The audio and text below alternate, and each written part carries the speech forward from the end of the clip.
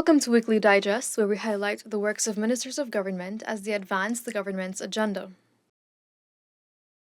The Amerindian Land Titling Project has been a success story for the Ministry of Amerindian Affairs, with 8 additional titles granted to the villages in 2024. 2 certificates of title were granted to Karasabay in Region 9 and Arao in Region 7. 6 absolute grants were also issued.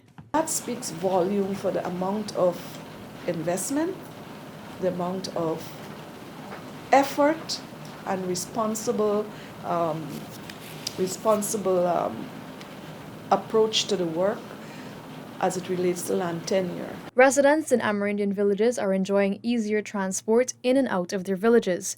This results from an investment of over $369 million to procure land and water transport. The funds were made available by the Ministry of Amerindian Affairs. Riverine villages received 43 boats and outboard engines. Other villages got 35 all-terrain vehicles and 19 minibuses. 9 lorries, 8 pickup trucks, and 1 canter were also procured. This investment has had positive impact in the villages that have benefited. And whether you are in 1, 7, 8, or 9, the investment in land and water is always critical. And so our government continues to ensure that travel, safe travel, continues to be a priority. The Guyana Police Force has made significant inroads against drug trafficking in 2024. A mammoth $5.6 billion in illicit drugs was seized and destroyed last year, shattering the criminal underworld. This amounts to 6,738 kilograms of illegal substances intercepted, in contrast to 1,363 kilograms in 2023. Minister of Home Affairs Robeson Ben made the disclosure during a press conference. Cocaine was 5,094.67 kilograms, much of it the big boss in the northwest, not too far from Matthews Ridge.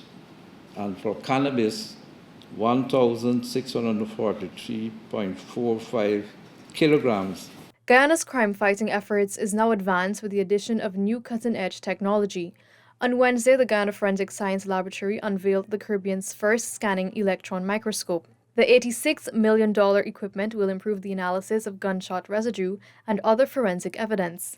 Minister Ben commissioned the equipment. This is a significant acquisition, a very significant acquisition.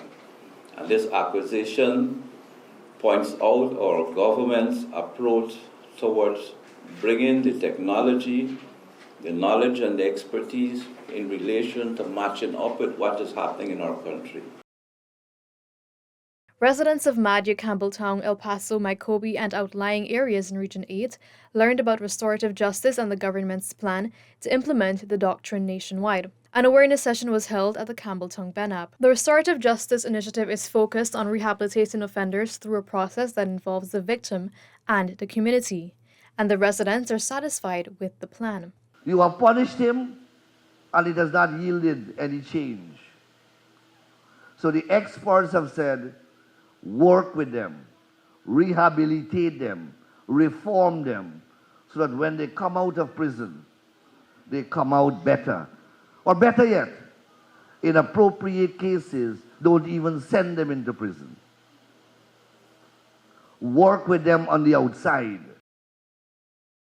Residents of Straths Bay and Buxton on the east coast of Demerara will soon benefit from upgraded roads that will significantly reduce traffic congestion. 23 roads are under construction in Buxton, costing $258.8 million. In Straths Bay, 6 roads are being upgraded to the tune of $63.4 million. All the roads are slated to be completed in March 2025. This was announced by Minister of Public Works, Bishop Juan Edgell. There are also plans to upgrade the Straths Bay Access Road. We have observed that there are some outstanding things. We have a failure of this main road right here because of the trucks that have been coming through the community. My chief engineer and the other engineers are here. We're going to get that out advertised because we'll have to do some revetment. A public consultation was held by the Ministry of Public Works on the U.S. $604 million Palmyra to Molson Creek Road expansion project. The consultation was held with the Regional Democratic Council in New Amsterdam. Minister of Public Works Bishop Mon Edgell stressed the importance of public engagement for the efficient execution of projects. So we need to put that in perspective. So one of the reasons why we have called you here is that you must be able to get the information so that when people discuss this, you will be able to give correct answers, provide the information, and even if you can't provide all the information, you'll be knowledgeable enough to know who are the persons or agencies involved so that you could get them to address the concerns at the community level. By the end of the year, over 676,000 persons living on the coast will have access to potable water. This will be achieved with the completion of several new water treatment plants and the upgrade of those existing. Minister within the Ministry of Housing and Water, Susan Rodriguez, made a disclosure as Guyana tightens its clause on achieving the United Nations Sustainable Development Goal 6 that ensures everyone has access to safe water and sanitation. The promise of delivering 90% treated water coverage is measurable. And that is why we developed the program in such a way where you have several components which caters for the existing population, and we're catering for the increase in the population as we go forward to 2026 and beyond.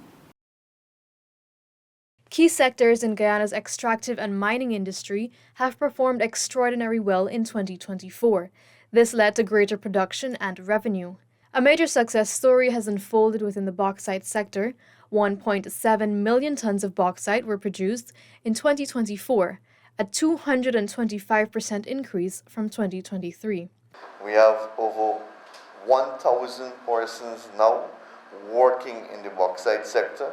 That's an increase of about 200 to 300 persons in 2024. This has brought us to the end of this edition of Weekly Digest. For these and other government-related information, do log on to our website at dpi.gov.gy and our social media platforms as well. Goodbye.